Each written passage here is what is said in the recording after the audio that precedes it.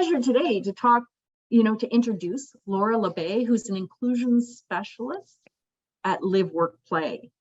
Laura is a policy specialist with a focus on inclusion in private sector workplaces. She holds a Master's of Science in Health Sciences, Technology, and Policy, and a Bachelor's in Psychology from Carleton University. Her master's thesis focused on the impact of music therapy on dementia patients. She has a wide variety of experiences, including legal assistance and employment law from both the employer and the employee side. Laura believes that inclusion is a key component of a successful workplace. She has a passion for supporting employees and people to build inclusive teams that contribute to the success of everyone. And in her leisure time, she enjoys reading and spending time with her cats. Laura, I'm going to turn this over to you and ask you to tell us also a little bit about Live, Work, Play. Thanks so much, Lisa. And yes, I do have 4 cats, so they may or may not make guest appearances today.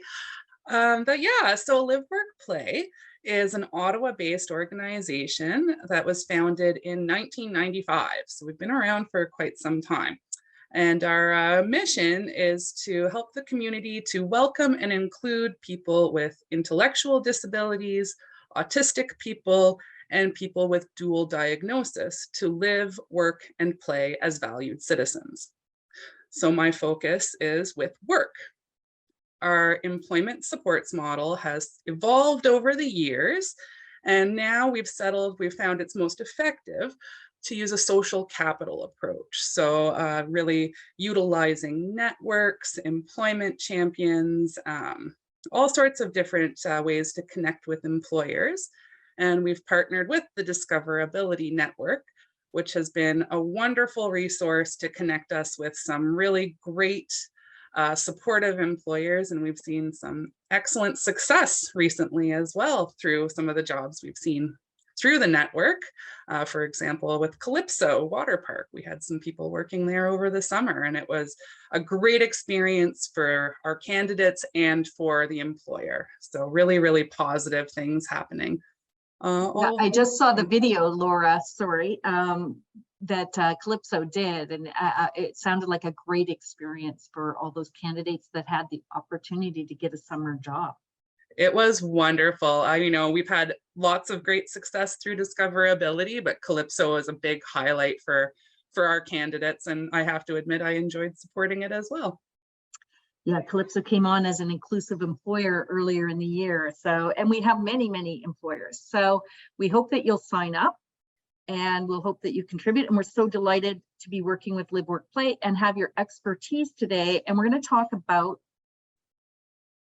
job search, which is huge for anyone. I know I've job searched. Laura, I assume you have? Oh yes, lots of job searching for myself throughout my life, and professional experience too, but we all have a lot of experience with this, that's for sure. Yeah, and I would say from my point of view, Laura, I don't know if you would agree, but it can be difficult to job search. Absolutely, yeah. You're in a position of vulnerability. In some cases, you may not have, dollars to support you while you're doing that. You're very stressed trying to put your best foot forward. And there's different times in our life when we job search. It's not only when we're unemployed, but it can be that we're underemployed. So we may be working in a job that's not in our field, or working volunteer in our field so that we're not being paid, or working part-time. So all those would fall under unemployment. We also might be in a job that we're not happy with, so we're looking on the side, or we're hoping to be promoted or have better opportunities. So job search is when we seek employment in any of these circumstances, and perhaps even some that I haven't captured here. There's some basic job search tools before I turn this over to Laura and ask her some questions about how the people that she supports or works with job search. There's basically how we introduce ourselves. And for me, this is the most important tool that you have in job search, because there are some jobs where you could introduce yourself and somebody may go, actually, I have a job open. Do you want to come in and tell me about yourself, right? And there have been instances where that happens. So introducing yourself and having a consistent and positive way to do that is very important. But the basics, I think most people probably have had a resume at one time or another, a cover letter, references. So even if you walk in and get a job off the street, the odds are that they're going to ask you for somebody that they can call that will verify that you're a good candidate. And sometimes we actually have to participate in interviews, so we need skills. Laura, does that align with the common job search tools that you're familiar with? Yeah, absolutely. So for sure, resumes, we see a great deal of importance with that. For sure. Yeah. With Live Work Play as well, we also make one-page profiles for people that we share with employers that can be as well a great tool for employers to get to know our candidates a little bit. Oh, I love that idea. I think that's Yeah. I call that sometimes a portfolio, but Yeah. you know, like you can summarize, but that's a great way of telling your story. Your story doesn't have to be spoken. It could also be, as Laura just pointed out, a one-page summary, or it could be a website, or it could be a pre-recorded video. There's lots of different ways of telling your story. Some other common tools that may be less familiar to some of us on the call today are informational interviews. And that's where we actually interview people about their career path, the company they're in, the industry they're in. And actually, I've ended up hiring a few people based on that. So it's not common, that's not why we do it, but we might want to reach out to someone who even has a similar disability to us and say, what was your experience? What opportunities or challenges did you face? So we're actually interviewing them, not for a particular job, but just to learn more about the job search process, feedback on our resume perhaps, or get advice on where to look. So informational interviews are actually a way of networking. And networking is this fancy word that is basically just talking to people. Okay, and it is the most invaluable tool that you have when you job search. You can attend job fairs. You can get a mentor or a sponsor, somebody who in a more formalized relationship you meet with on a regular basis to get feedback on your job search. Again, they're not going to find you a job, but they can offer you advice and guidance. We can use social media. And if you sign up on Discoverability, you can use things like personality assessments. And we actually make free a personality assessment called Lumina. When you sign up for an account, you get access to it, and it can provide you with insights on your strengths and weaknesses. Laura, do you use personality assessments in your organization?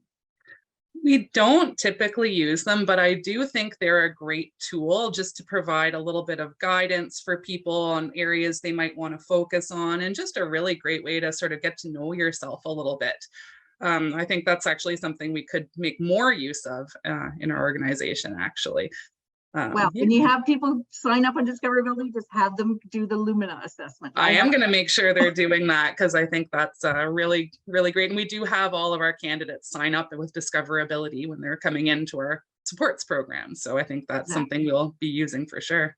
And I see that we have a question in the chat that asked us, do we support people who have disabilities because of work-related injury? And yes, while Laura works with a certain clientele or people with different kinds of disabilities in her organization, Discoverability is CAN disabilities. So if you self-identify as having a disability, this is, includes physical, mobility-related, work-related injuries, mental health and addictions. We include developmental disabilities, neurological, learning disabilities, neurodiverse candidates. So it's all types of disabilities, and you can sign on to our system. So what a great question, and thank you for asking that. Now, the third element of job search is where you look, and that can be tricky. So we can look at local companies. That's often, obviously a natural fit. We can look at job boards, and I actually prefer company websites. We can join professional networks like LinkedIn. So if you're, computer savvy, I definitely encourage you to have a LinkedIn. And of course, Discoverability Network is designed for job seekers with a disability. Sometimes though, we're not as, maybe we don't have access to the internet, we don't have access to a computer, or we don't have those skills. So there's a lot of great organizations like Live, Work, Play that can fill that gap and actually assist you with job search. Laura, do you want to tell them a little bit about what your organization does to support people? Yeah, absolutely. So when people come in for employment supports through Live, Work, Play, they are assigned with a discovery specialist who gets to know the job seeker and helps them to develop their resume, their one-page profile, any other tools they might need for their job search. They'll help them with connecting with the Discoverability Network and getting matched to jobs that way. And they'll also help with things like what we call employment networking, which is really just informational interviews. So going into employers where we're not necessarily applying for a job, but we're really just learning more about different workplaces. So we might have candidates who don't have much experience, but have ideas. You know, maybe they want to work in a kitchen, but they've never had experience in a kitchen. They like to cook at home. So we might take them to one of our employer partners to go and just visit in a kitchen, see what the work is like, and just get a little bit of a feel for the tasks and what the day-to-day work is like there. And then from there, they get matched to job opportunities that come up through our employment network. So we'll talk to employers about things that are available and match them with candidates that we've gotten to know to really try to make a good fit for long-term success. And I think that just as you're talking about this and all the things I've listed on here, the big takeaway is there's many, many ways to job search. Absolutely. There's really no one size fits all approach. We really take a very person-centered approach to approach job searching the way it's going to work for any individual candidate, because people are just so different. And I think that it lays out the importance of why we need to have a job search plan and a job search strategy, which I'm going to talk about here in a moment. But so for all of you looking here and going, I can't go to a job fair, or I don't use social media, that's okay. We're not saying that you have to use every one of these things. We just want to make you aware of what's available out there for you. So you need to find what works for you, what you feel comfortable with, and understand that job search is actually a process. Okay, so it's not like we do this one day and we're done and we found a job. In fact, I remember I graduated as an employment counselor in my 50s. I went back to school and it took me a month, and I was shocked that it took me a month as an employment counselor to find work because I assumed it would happen after a week. But it's actually a process that you need to plan and you need to schedule. Now, I'm not going to tell you the minimum number of hours you need to look or the minimum numbers of days, because it's different for somebody perhaps who's working or going to school part-time, or that just doesn't have the capacity to look all time. But what I am going to say is plan for something that's regular, that you schedule, and do it the same time each day. And the reason we do this is because if we scatter our job search out, you know, I'll just find time tomorrow, we tend to put it off and we tend not to do it. So if you want to make this a habit, if you want to make this work, set a minimum number of hours a day you're going to look, decide what days, and then start scheduling it. You need to make sure your job search tools are ready. Now, one of the things that I will say is there's so many employment centers like Live, Work, Play that are out there that can help you create a resume and cover letter that better demonstrate your skills and strengths. And I teach professional practice at Humber College, and there's very few candidates that I see their resume, say in a class of 70, there might be one person that has a resume that I love, that we can't really do much to improve. So these are people, you go to employment counselors who've been trained to create a resume that best shows off your skills and abilities, or it might be that page that Laura was talking about. So make use of that. You can go to an employment center, a college, or career center, You could go to your guidance counselor at your high school, but just make sure somebody's looking at those and making sure that they're ready for your job search. I'm also going to tell you, if you create a profile online, whether it's LinkedIn or Discoverability, or you're doing the Lumina assessment, or you're creating a profile on a job search board, you should spend anywhere from 45 minutes to an hour minimum. You want it to reflect you well. You want it to not have mistakes and errors. So you need to spend some time, looking at that. So what tasks can you schedule? Well, you can meet with an employment service provider like Live Work Play, schedule an appointment, do an intake, and then, start adding, I'm going to meet with Laura on these days regularly. You, of course, will want to improve all your job search tools, your profiles, your resume, your cover letter. You're going to want to do research on the companies you're applying to, even if it's just to go look at the organization online or in person. You're going to search for jobs to apply to, whether that's walking in to local employers or working with a job coach. You want to send thank yous to people after they help you. Prepare for interviews, attend meetings, take courses, do self-assessments. There's so many things you can do. So I'm going to show you a picture of what a job search schedule might look like. So this is for somebody who's going to look every day, 5 days a week from 9 to 1 o'clock with a half-hour lunch hour scheduled in there, okay? So you can see that they've scheduled to search for jobs online. They're going to create a profile. They're going to do the assessment. They're going to plan what they're doing for the rest of the week, because we need to build in time to plan.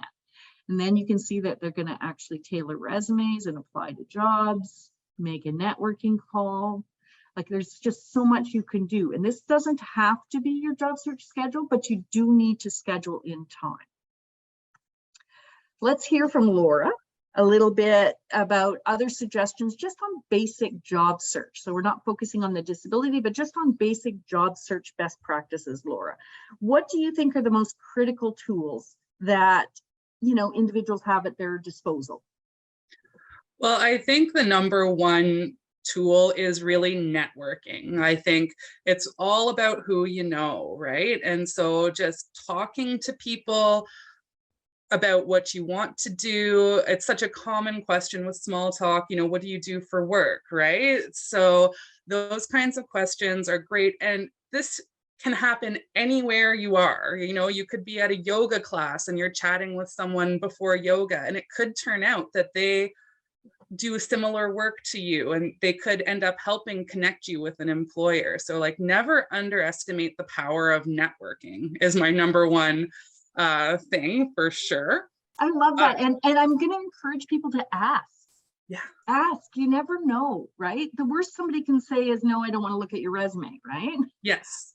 Or I don't want to meet with you. And that's not the most terrible thing. But if it's the upside is you could get a job. Yeah. Talk to people. Absolutely. Yeah. And then from there, of course, interviews or informational interview networking type of things, right? So even if it's a formal interview for a job, to prepare for that interview. Many employers now are quite amenable to giving some questions in advance. If you're someone who says, I have trouble talking on the spot, can I get a few of the questions you're going to ask in advance so I can prepare? You can ask that. And again, the worst someone will say is no, but I find many employers are quite agreeable to that kind of an accommodation in an interview. Practicing with questions and answers with, a job coach or a friend or a family member is a really valuable thing as well. It just helps those words to come out a little bit smoother.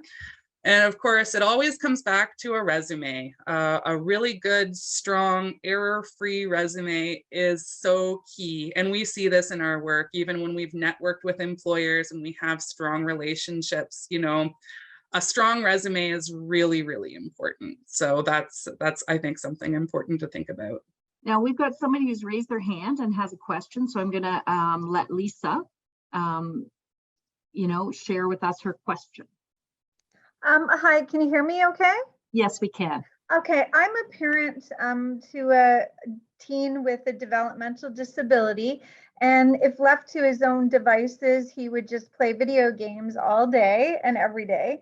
So I have to do a lot of the legwork. I'm trying to engage him as much as possible, but he does have an intellectual disability, but he's a real sweet kid. And once he gets into a work habit, he will be a great team player. However, how do you propose that I support him in interviews? Because he just doesn't have the verbal capabilities to express himself. And is that okay as a parent to ask for that accommodation to accompany him to interviews so that I could be there sort of as a backup, sort of like a mock job coach? So I'm really unsure. I'm out of the job seeking market myself for many years, so I don't know kind of how to go about supporting him in these in-person job interviews. What a great question. So I'm going to let Laura start with this, and then I'll add on if I think there's anything else but to add. Because he actually, sorry to interrupt, but he actually, through a lot of work that I've done, he's actually got his first in-person interview coming up next week with Costco. But he's never had a job interview and he's never had a job before. So this is going to be brand new to both of us and to Costco. Well, maybe not to Costco, but yeah. Right. So I need to support him. He would not be able to be successful just going into the interview on his own. Sorry. Thank you. Yeah, that is a really great question. So for sure, it does sound like he would need that support in the interview. And we do see that often with people who do have, limited verbal expression in interviews. So we will go in and help support that and just try to help facilitate that conversation. So you know your son quite well, obviously, so you can help prompt and say, oh, you do this kind of thing, and help to sort of facilitate those questions. Yeah, for sure. We do see parents helping people. I would also encourage you, as a parent myself, I am a parent of an autistic person myself. I definitely encourage trying to bring in a service provider, because it is so hard to be a parent and also do the job support. It just becomes quite a lot and quite difficult. So of course, it's always a personal choice, but it might be beneficial. I myself am an employment support specialist, and I don't support my daughter at work. So that's my perspective. Yeah. Laura, I kind of agree with you. So I think employers are very used to support people coming in. And you can also ask, what type of interview is it? What can I expect? And you can certainly ask for, accommodations like a support person attending. But I think businesses somewhat worry when it's parents. Right. Because they don't necessarily think maybe this person, hasn't gone to a professional organization and really isn't job ready. And how much of this is the parent versus the candidate? Right. So I think when you have an employment specialist, they're more comfortable with this idea that, this person's very much into this process and very much wants the job. Yeah, I was not expecting to get the phone call like that quickly. Like I had just started sending out his resume on his behalf, and I need to connect with someone because yes, you're right. It's very time consuming, and I'm working full time myself. But we're in Toronto. I'm in Toronto. Laura, are you in Toronto, or are you in a different city? Or she's in a different city. So what I'm going to do is ask you to reach out to Elizabeth Novak at our office. Will reach out to you and connect you to a Toronto service provider. Oh, okay. Or aid you in that, okay? Yeah, it's just this interview is like all of a sudden on Monday. So it's pretty exciting, but also I'm scared. Well, at a pinch, you don't want to lose the interview. So you could say, my son is going to start working with us, but we wanted to get ahead of it and make sure your son is at the interview and is able to answer at least some of the questions. But you can certainly talk to someone over the phone on how best to present that. So we'll make sure that happens. Great. No problem. That's awesome. Thank you. Okay. Laura, how long do you think that the average job search takes in your experience? It's so hard to say with an average. We see so many different types of job seekers come in. I talked about this actually with one of my colleagues just the other day, and it's so hard to even define what an average would be. We can see people come in with very specific goals that they have, and they might get matched right away because there's a job opportunity there right away. Like sometimes it's just luck of the draw like that. And sometimes job searches can take many months. We can even see them taking years to get the right fit for the candidate. So it really varies very much. Some of it has really just to do with luck. It has to do with a person being in the right place at the right time. And sometimes people just don't run into that luck and it takes a little bit longer. Sometimes candidates have very particular goals that they're looking for and jobs that they want to do. So that might take a little longer to find the right fit. And sometimes people, you know, are open and they just want to try anything. So it's sometimes easier to get them into a role there. Yeah, and just for those of you that are on the call, so in general, it's going to take anywhere from 4 to 6 months for the average job seeker to find work. That's according to a bunch of different job sites and the Canadian government. But it really, like Laura says, depends on your own individual circumstances, what the job is. So some jobs are, you know, there's just not as many of them. So if you're entry level and trying to get retail, there's probably lots of options. But if you're a neuroscientist who's looking for a teaching position, there's fewer of those. So it's going to really depend on the field, the individual, and I agree with Laura, some luck. Now you can increase the luck by having a strategic approach, by taking a plan, see what works, what doesn't, hold yourself accountable for looking. So my words of advice for when you start job searching is be patient. Laura, before I go into the next section, do you have any advice you'd give for somebody starting job search? I'm really just going to echo that, be patient. Really, it often takes a very long time. I mean, those lucky people who find jobs are a rarity, if we're going to be honest. It does usually take quite a long time, and often hearing no many times too. So that patience is so key, and just to be persistent and to know that the right fit for you is out there. It's just going to take a bit of time to find it. Exactly. Now, let's dive into what might be different in job search if you have a disability. So in my experience, there's a couple things, and I'm just going to mention those quickly, and then we'll go back to talking to Laura about her experiences on it. So first of all, you may have a non-traditional resume. Okay. You may have more gaps. You may have less paid experience. It may have taken longer to finish some things. And generally, I find that's not the fault of the job seeker. That's usually because there's more barriers for people with disabilities. All right, less access to supports. Where you look might change. So you're probably going to want to find an organization that welcomes and accepts and supports people with disabilities. Depending on whether you have a visible or an invisible disability, that can, you know, change where you look as well. How you tell your stories. So do you mention that you have a disability or don't you? So if you have a visible disability, chances are you're going to talk about that.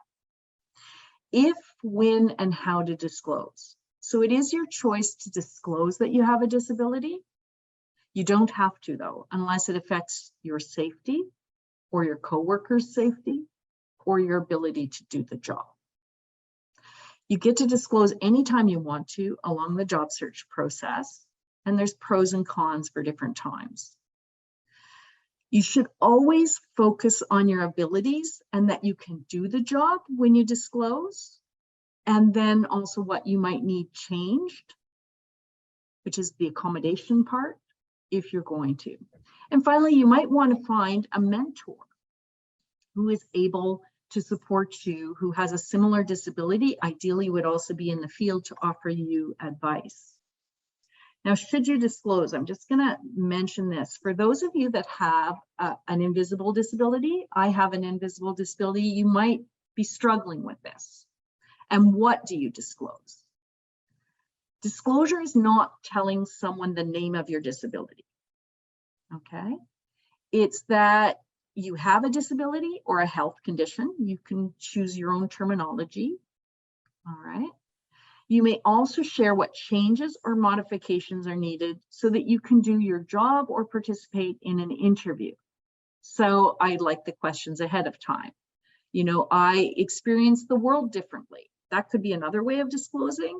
And I will require large print for all written documents. Okay. You could say that, I have a disability. I will need extra time because I communicate differently. But disclosure is not sharing your diagnosis or the details of your health condition or your past frustrations with your job search, okay? That's really, really important. Laura, what do you think about, just some of the things that I put up there that we mentioned?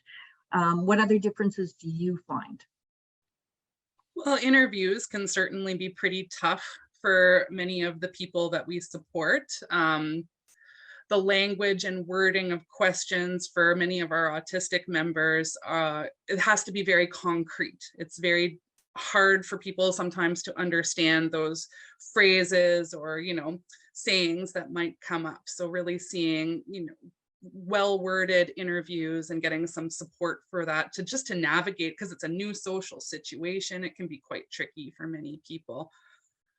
I have somebody here who asked, how do you explain your gaps in the resume? Say you have that disability and you've had to take time off for medical reasons or to get some further education or for whatever reason, but how do you explain those gaps? That's a good question. Yeah. You can just say I was out of the workforce for some time, addressing some health issues, and I'm back on track now and ready to move on and to start working. I think the way you spin things is really important. So even asking for accommodation, you can say, word it in such a way as to say, I work best when I'm working off of written instructions, or I'm most successful when I have large print. And to word it in such a positive way, I find is actually super, super helpful. Yeah, that's the advice I give people as well. Now, do attach it to I experience the world differently, or I have a disability, or I have a health condition, because otherwise it's just a preference.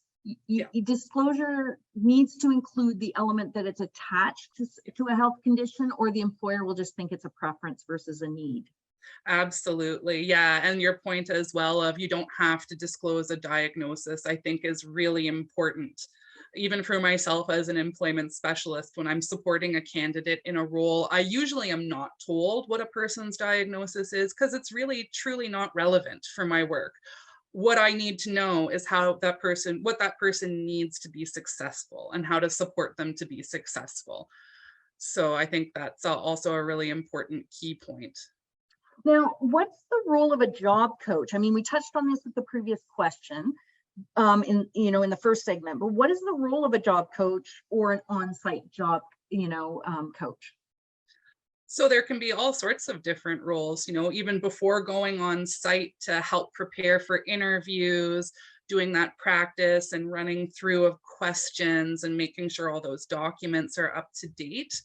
And then also working with employers to make sure the right accommodations are going to be put in place. At Live, Work, Play, we tend to do that even before a person starts, to really connect with the employer and make sure that all the accommodations are in place, tools are in place that they're going to need.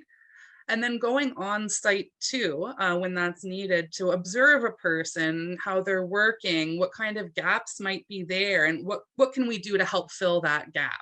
Sometimes it could be that they might need a tool to work from, such as a checklist or a visual aid, all sorts of different things. But sometimes just going into the workplace and getting a feel for what the environment is like and watching a person do their tasks, you can see something and say, oh, I can make this easier for you. We'll put some visual aids here, and that'll help you to remember the sequence of things you're supposed to do and things like that. Yeah, there's so many great accommodations. I mean, it's really the sky's the limit in terms of what accommodations you can provide. Having a support person or a job coach or the employment specialist can help you figure out what those things are and then articulate them if you're having difficulty as well. I remember an interview, Laura, that I arranged for a young man who was neurodiverse. And he simply said, I experience the world differently. So my strengths are written and visual. And can I have an interview where I take you through my portfolio of work versus answering questions? And the employer was open to that. He got hired and he was the employee of the year last year. Do you have any other examples of that kind of thing when people are job searching, that of accommodations that they got that were, successful? Yeah, I mean, I've certainly seen an autistic individual I support who needed just a lot of sensory things. So keyboards with lights and feedback, like tactile feedback, were really important for her in the workplace. Seeing and putting into place things like visual aids often. We have people sometimes with limited verbal language, so having visual aids that, an employer can point to indicate what task they need to do. And then they can also communicate back with the employer using visual aids as well. That can be super helpful. And sometimes it's help with trainings, in private sector employment. When people are onboarded, you see so much of online trainings and onboardings that are quite overwhelming for many people, quite frankly. And that's another thing we helped and sit side by side with someone to go through those kinds of modules and make sure they understand everything, and that's another accommodation that many employers are quite happy to welcome, help with that training and things like that. Now, somebody has another question in the chat, and they asked, what about if the gap isn't related to a disability? What might we use to explain? And I typically would say structure your resume so those gaps, or have an employment counselor structure your resume so the gaps aren't readily apparent. Or you could say you were studying, if that's true. My focus was on other things. I mean, in my experience, employers don't go explain exactly what you did in these 8 months where there's no work history. What about yourself, Laura? What would you say? Yeah, I 100% would do a skills-based resume. So a resume where your skills and abilities are at the forefront, and then listing off work experience more towards the end. For people who have large gaps in employment, we often just take a different format to the resume and really focus on what the person does have to offer. There are so many reasons why there might be gaps in the resume, and they're all valid, And I think employers are used to that now. I mean, I think Yes. the days of chronological resumes, we all worked in the same field forever, are gone. So I think Absolutely. actually employers are open to that. Yeah, 100%. I mean, these last 2 years have shown us as well, most people have gaps from the last 2 years, and there's no control over that. So I think you're right that those days are really kind of behind us now, which is I think it's a good thing. I think the job market has changed tremendously, and for the better, actually. I agree. So go to an employment counselor who can help you construct a resume. When I say that best presents you, so you might have a functional combined or a combined resume versus a chronological. Not that you need to know what those are, but they do, and they can best present your skills. Now, another thing that comes up is you need to know your abilities as well as your disability. And what I found working, even for myself as a person with a disability, it took me a while to figure out what changes I needed on the job. Even into my 50s, I just realized within the last year that actually noise canceling headsets are life-changing for me. So figuring out what you need in the workplace, what changes you need, is vital.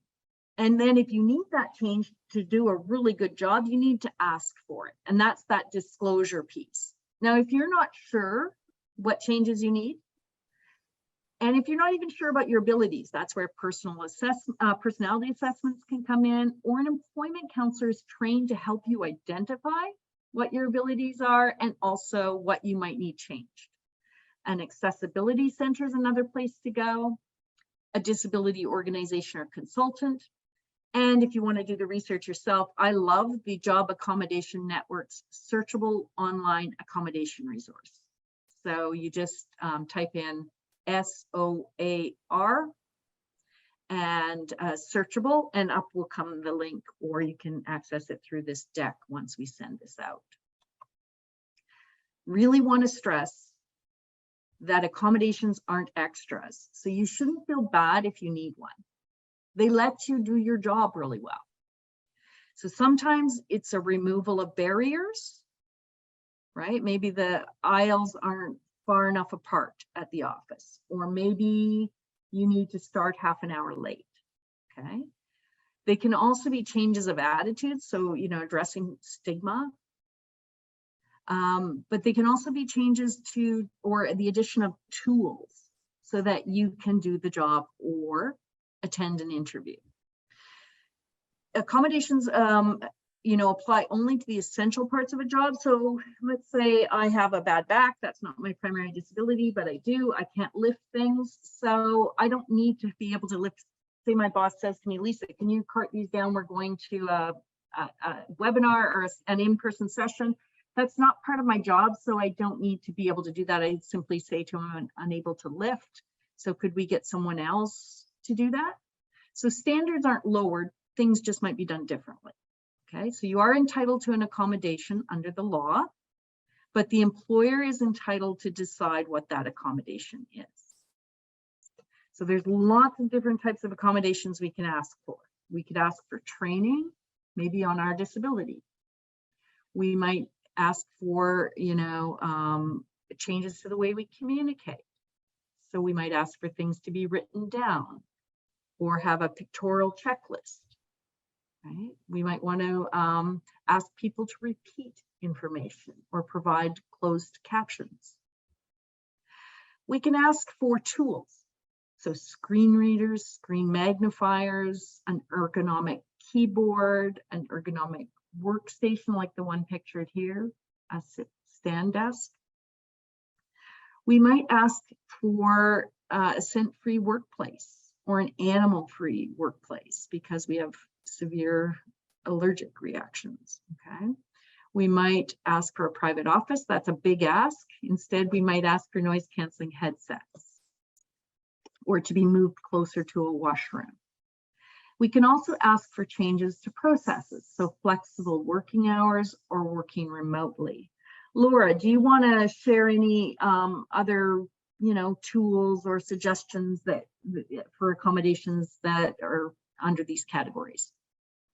Yeah, certainly we see a lot of different types of, you know, changes to workflows when we're helping people in jobs. So often, you know, changes to hours. People will need to work certain hours to be at their best. And we see that frequently, and employers are very amenable to that. Tools like standing desks and larger screens and the kind of ergonomic desks, we see that pretty frequently in office type jobs. Again, employers are always happy to provide this equipment when they know that it's what's needed for the person to do their best. It's always been a great thing. And tools as well, you know, like checklists or changing up the way a process is done. You know, this order is going to work better this way for this person. So can we just change up this process a bit?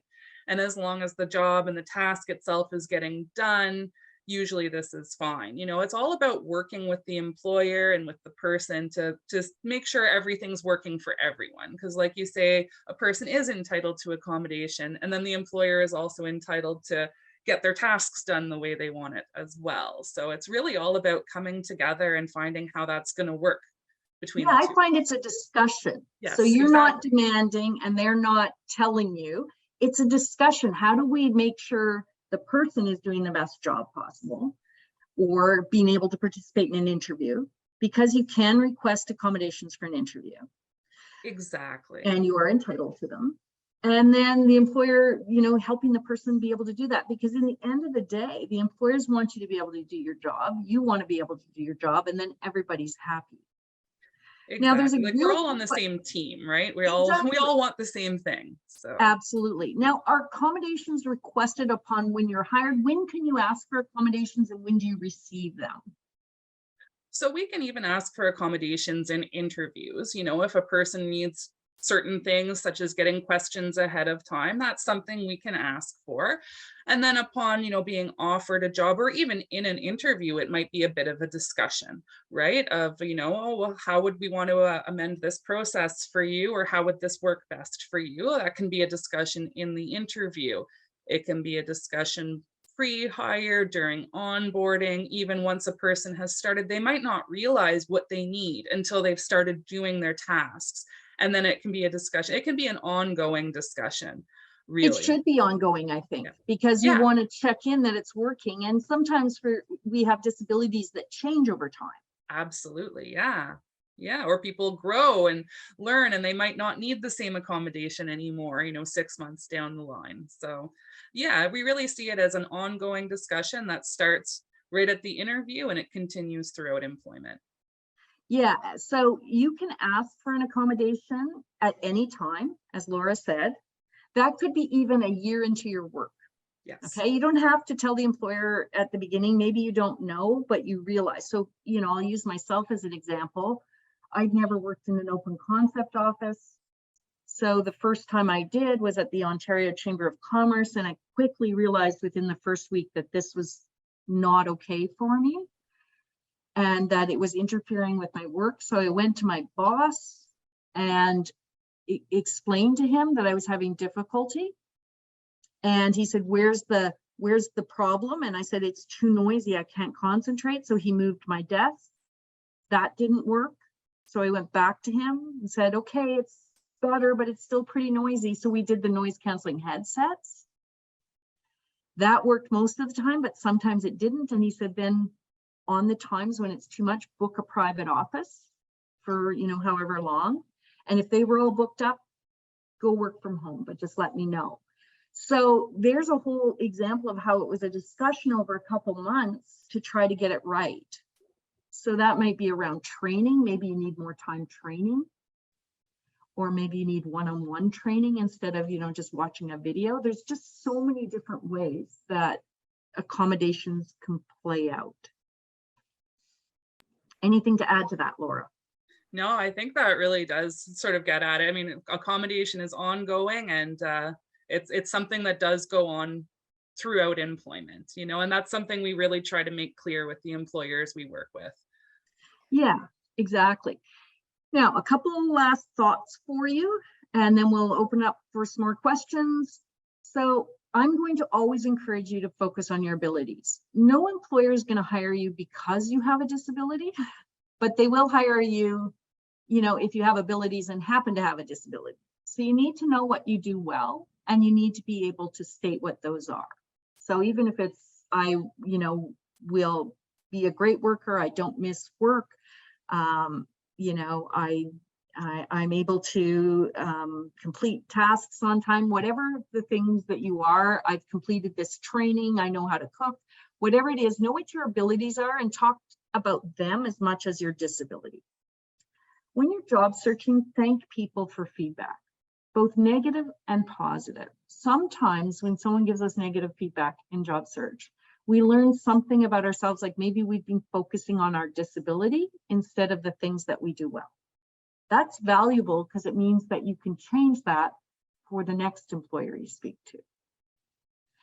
Be really comfortable about your disability and how much you want to share or not share about it. Disability is just difference, and everybody's different, and that's okay. It's not a bad word. It's not a bad thing. Don't assume that you didn't get hired for your disability. Ask. Now, the employer may not tell you, but they may be able to say, actually, we just had a more qualified candidate. Or we didn't think that your resume presented, you know, your skills well, right? So again, at least, you know, then you have to improve your resume. Or they may say you didn't interview well. So you know then to ask for accommodations on the next interview. It's a learning process when we are job searching. And I really want you to practice telling your story, introducing yourself, and practice disclosure if you choose to do that. The other piece of advice, before I turn the final word over to Laura, is don't rely on just one place to look. So definitely I'm going to encourage you to work with an employment service provider. If you're in the Ottawa area, Live Work Play is amazing. If you're in other areas, there's amazing service providers all across this province. Sign up for the Discoverability Network. We may not have the exact right job for you in your area with the employer you're looking for at the right time, but there may be something that comes up, you know, over the long term. Attend disability and networking events. Apply to companies with diversity programs. They'll actually say on the website. And look for recommendations, which is so critical, and that's that networking piece that Laura was talking about.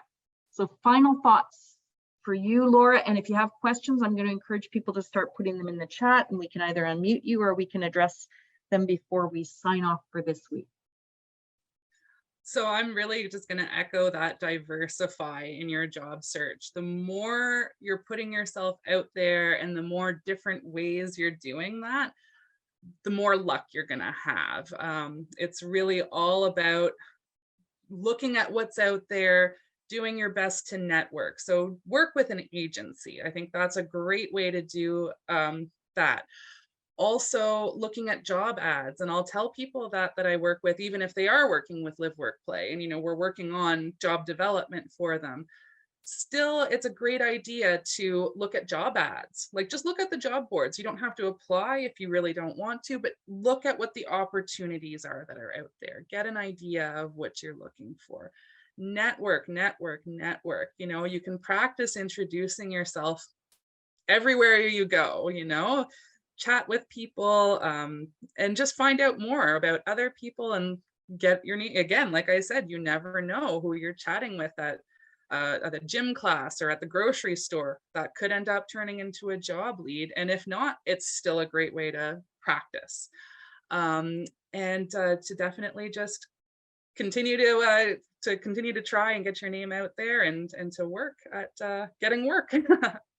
Laura, how do people find employment service providers in their area?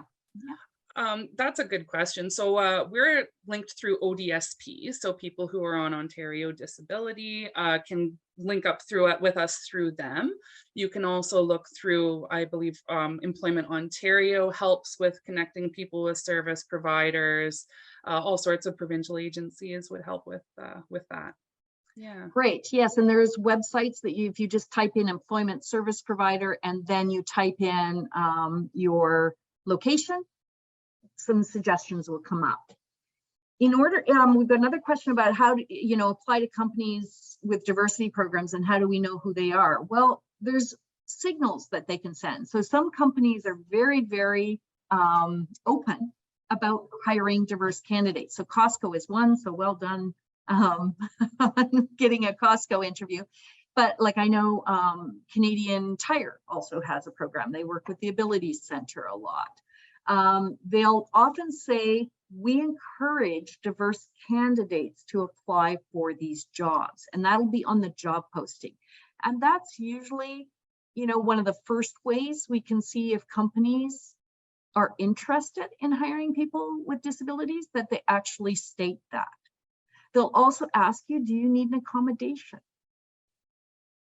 Maybe in their pictures on their website, you actually see people with disabilities portrayed.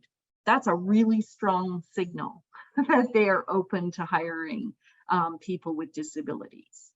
Maybe on celebration days, so the International Day of Persons with Disabilities, they're celebrating and having some kind of event. So these are all companies that, you know, signals that they're sending to you that they're open. Laura, do you have any other, you know, suggestions for when somebody is signaling that they're open to hiring diverse candidates? I mean, I think you did get a lot of the good basics too, as well. I mean, if you're looking at like a retail location or something, a place you can physically go to, it's wonderful to go into that store and look at how diverse the staff is, because that's a really good indication as well. I knew Calypso was going to go well when I saw their staff in general was very diverse.